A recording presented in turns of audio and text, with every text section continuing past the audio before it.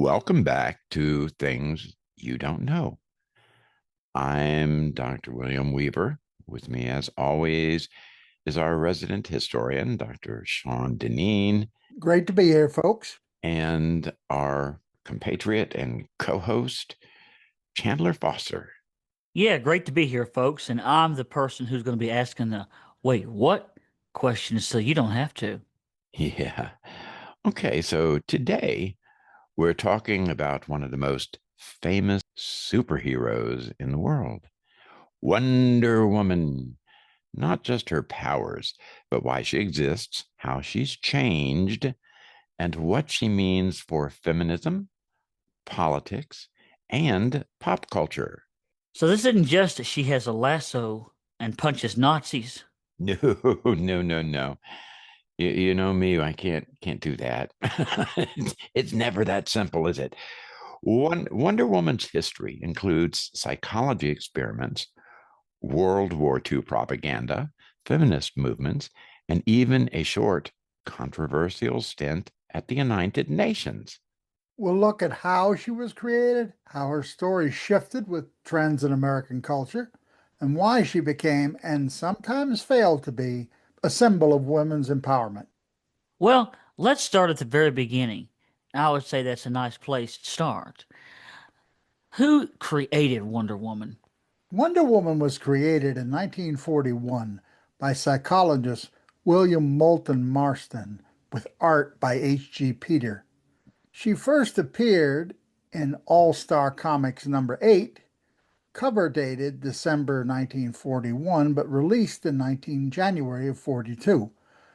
Marston wrote under the name Charles Moulton, and he worked with Peter in a small studio setting to bring her to life. Wait a minute. So, psychologists, not some comics guy, grew up reading pulps, invented her? Yeah, Marston was a Harvard educated psychologist. He did work on early lie detection technology. That's important because it directly inspired Wonder Woman's lasso of truth, which forces people to tell the truth when they're bound by it. So you mean to say the lasso is basically a comic book polygraph, huh? Yeah, you could put it that way. Marston also believed that the world would be better if women held more power. He thought women were more loving and peace oriented, and that this could reduce violence and war. Wonder Woman was his way of putting that idea into mass culture. The first story shows an American pilot, Steve Trevor, crashing on an island of Amazons ruled by women. Princess Diana wins a contest and is chosen to escort him back to the world of men as a champion of peace and justice.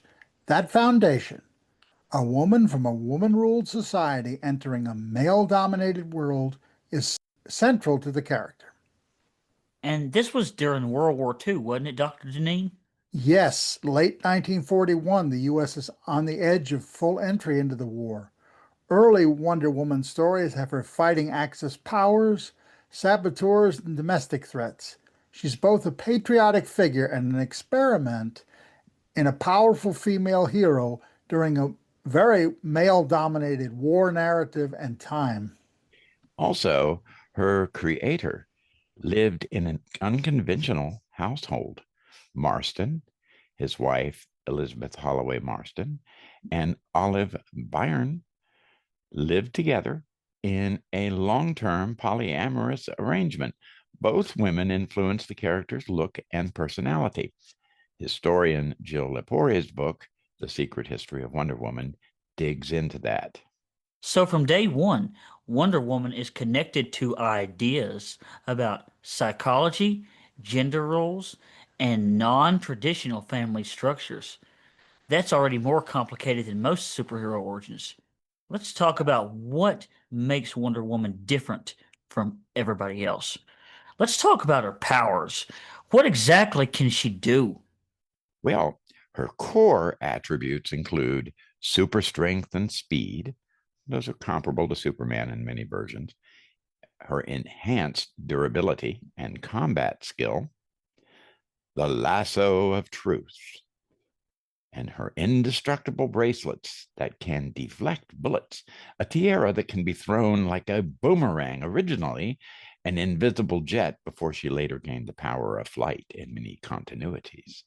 She's also described as either a blessed Amazon warrior, or in some later versions, a demigoddess, a daughter of Zeus. Different writers tweak the details, but the general idea is she's a warrior trained from childhood, not a civilian who suddenly gets powers. Her origin is two main versions. The early one says she was molded from clay by her mother Hippolyta and brought to life by the Greek gods. Later versions, especially after the 1980s, shift to a more traditional mythological angle where she's a child of Zeus. Well, how does that make her different than, I don't know, say Superman or Batman? Well, Superman is an alien immigrant. Boy, Ice would have fun with him. Oh, they sure would. Batman is a traumatized billionaire human. Wonder Woman is a warrior diplomat from a separate culture.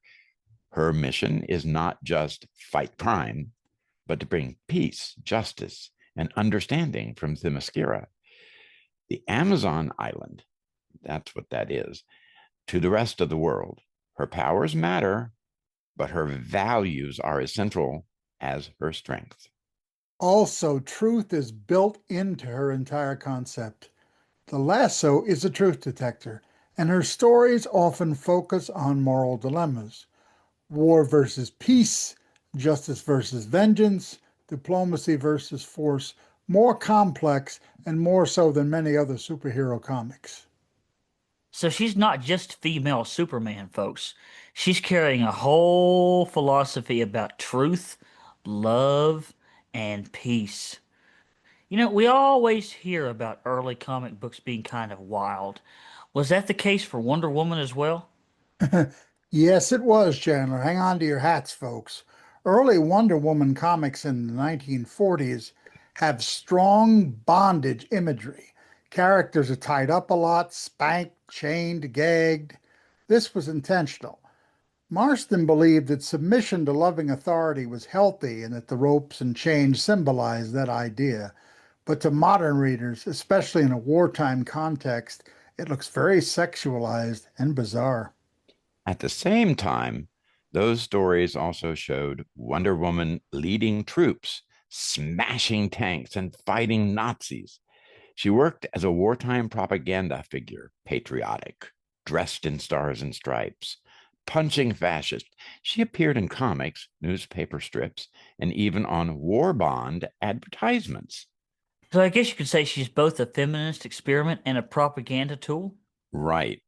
And that tension never really disappears.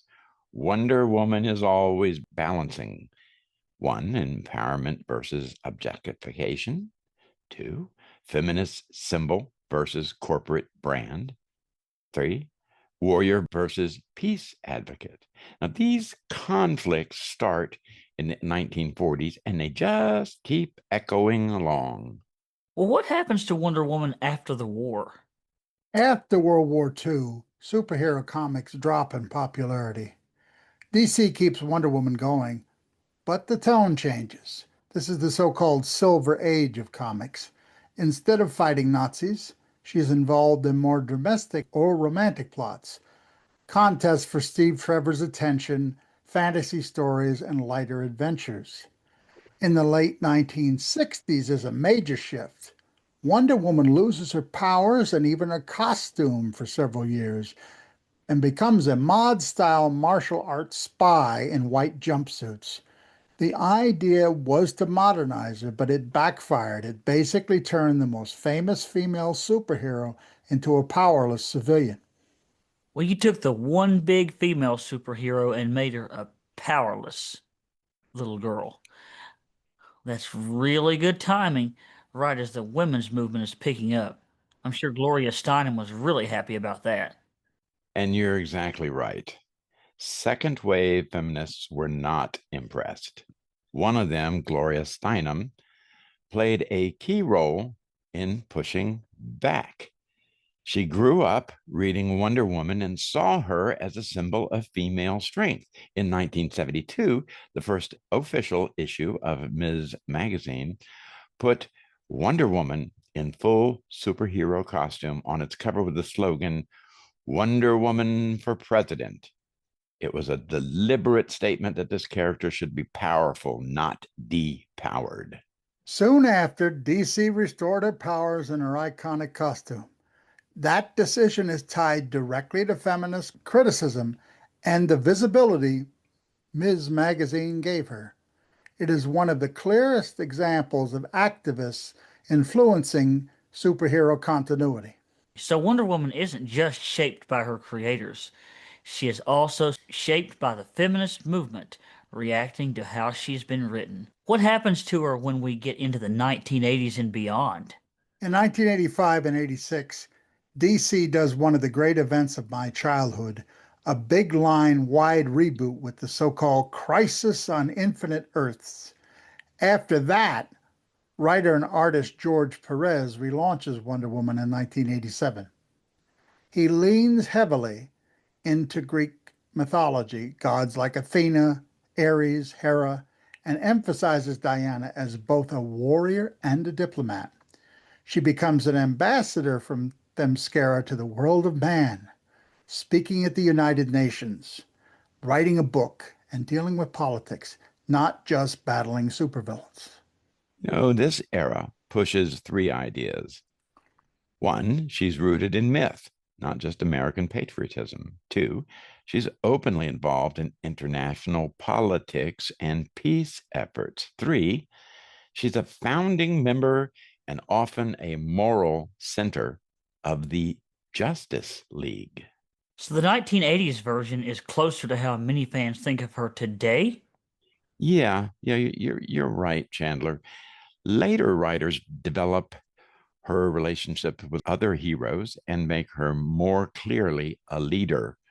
They also start to explore questions of whether peace can be kept without force and what it means when a warrior for peace has to kill or use lethal force in extreme cases. More recent comics also lean into themes of chosen family, queer subtext, and later, text and broader representation, racially, ethnically, and otherwise, among the Amazons. But those changes vary depending on the writer and on the era. Well, most people my age met Wonder Woman through either the cartoons or the movies. How important were those? Very important, Jana. The 1970s TV series starring Linda Carter brought Wonder Woman into American living rooms every week. It was the highlight of my childhood. It ran from 1975 to 79 and cemented the visual iconography, the costumes, the spinning transformation, and the bracelets. For a generation, Linda Carter was Wonder Woman in the public mind. Yeah, then you jump forward a few decades. Wonder Woman finally appears in a big blockbuster film with Batman versus Superman Dawn of Justice in 2017, played by Gal Gadot. Then in 2017, she gets her own solo film directed by Patty Jenkins. Now, that movie made over $821 million worldwide and became one of the highest grossing superhero origin films and the highest budget film directed by a woman at that point. Absolutely right, Dr. Weaver. And at that point, people were talking about how it finally proved that female superhero movies could make serious money. Exactly, Chandler. It had a strong critical reception and showed studios that a blockbuster with a woman hero and a woman director could be both profitable and culturally important. The impact of that film went beyond the box office. You had little kids dressing as Wonder Woman and sharing photos online, women and girls talking about what it felt like to see a warrior woman leading an entire battlefield charge, and discussions around how the film framed heroism, compassion, and sacrifice. It also helped clear the way for other female led superhero films like Captain Marvel and Black Widow, even if those belonged to a different company. Then in 2020 came Wonder Woman 1984, which people argued about a lot more. But by that point, she was already locked in as a major pop culture figure worldwide. You mentioned earlier the United Nations. How does a comic book hero end up working for the UN, Dr. Deneen? In 2016, the United Nations named Wonder Woman an honorary ambassador for the empowerment of women and girls. The idea was to use a recognizable symbol to promote gender equality. But it backfired. Critics, including some UN staff and women's rights groups, argued that using a fictional, highly sexualized, mostly white Western character as a global symbol for real women was a bad look. They pointed to her revealing costume, which I kind of liked, and argued that many cultures wouldn't see her as inclusive or relatable. So what happened? The UN pulled the campaign after less than 2 months. This episode shows how contested Wonder Woman's symbolism can be. To some people, she's empowering. To others, she represents narrow, idealized body standards and a Western, commercialized idea of womanhood. You know, this isn't really a new conflict. For decades, scholars and activists have debated whether Wonder Woman is a feminist icon, an objectified fantasy, or both at the same time. Some argue that her strength and leadership are empowering. Others point out that she's also often drawn with sexual poses and proportions that mainstream stories have historically centered on white, cisgender, and heterosexual women. So, depending on who you ask, Wonder Woman is either a step forward, a symbol of the status quo, or a messy mix of both. Now, let's dig a little bit deeper into the feminist angle of it. Why did Wonder Woman resonate so much with the women's movement? Part of it is timing. In the 1970s, women were pushing for legal and social equality, workplace rights, reproductive rights, and protection from domestic violence. Wonder Woman was one of the very few long running female heroes who wasn't defined only by romance or by being a sidekick, putting her on the Ms. Magazine cover in 1972 with the slogan Wonder Woman for President was a way to say, we deserve power at the highest levels. We can imagine a woman in charge. She also represented a woman who could act independently of men. She comes from an island of women. She's trained by women. She has mentors who are women. Steve Trevor, yeah, he's important, but he's not her boss. And she's not defined solely by him. But then come the toy lines, the Halloween costumes, the lunch boxes. Right, right. Over time, Wonder Woman becomes a brand as much as a character. DC and its parent companies make money off her image. That can dilute or distort the feminist message. A symbol that once challenged gender roles can be turned into just another product. A quote, girl power slogan on a shirt made in poor conditions somewhere. Scholars talk about what they call commodity feminism, using feminist language and feminist imagery to sell products without addressing the deeper problems feminism cares about. Wonder Woman often sits right in the middle of that tension. So she's an icon that big companies can use to sell empowerment, even while real women still fight for pay equity, safety, and representation. So, what about representation beyond strong women? How does Wonder Woman fare there, Dr. Weaver? No, it's a mixed bag. On the positive side, she has given generations of girls a clear image of a strong central female hero. Many women, LGBTQ plus fans, and fans from different backgrounds see parts of themselves in her stance and values. Modern comics are more likely to show diverse Amazons and explore themes like chosen family and queerness, though this does vary by run.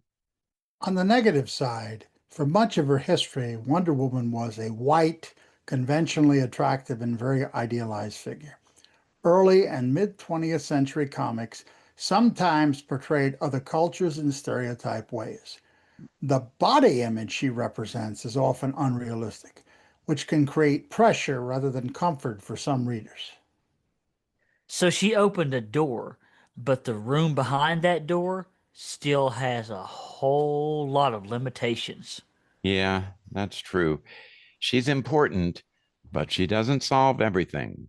She's part of a larger push towards wider representation, more female heroes, more heroes of color, more queer and disabled heroes.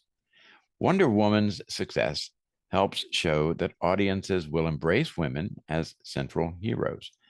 That, in turn, makes it easier to pitch and fund other diverse projects. Well, we've got history, we've got feminism, we've got controversies, the whole UN mess, all of that. But if you had to boil it down, what makes Wonder Woman still matter and still prevalent today? Well, I'd sum it up in a few points. First, she did change the baseline. Before Wonder Woman, female heroes were usually sidekicks, love interests, or novelty characters. She helped establish the idea that a woman can be the primary hero, the one whose name is on the cover and whose choices drive the story. Two, she also ties power to compassion and truth. Her power fantasy just isn't about strength, it's about truth, justice, and a belief that love and understanding can be stronger than brute force, but only if you're willing to fight for them. And three, she exposes contradictions. Wonder Woman shows how hard it is to keep a pure symbol. She's a feminist icon, a sex symbol, a corporate logo, and a contested figure at the same time. Those contradictions force us to look at how we represent women, who benefits from these images, and where they fall short. And fourth, she helped clear the path.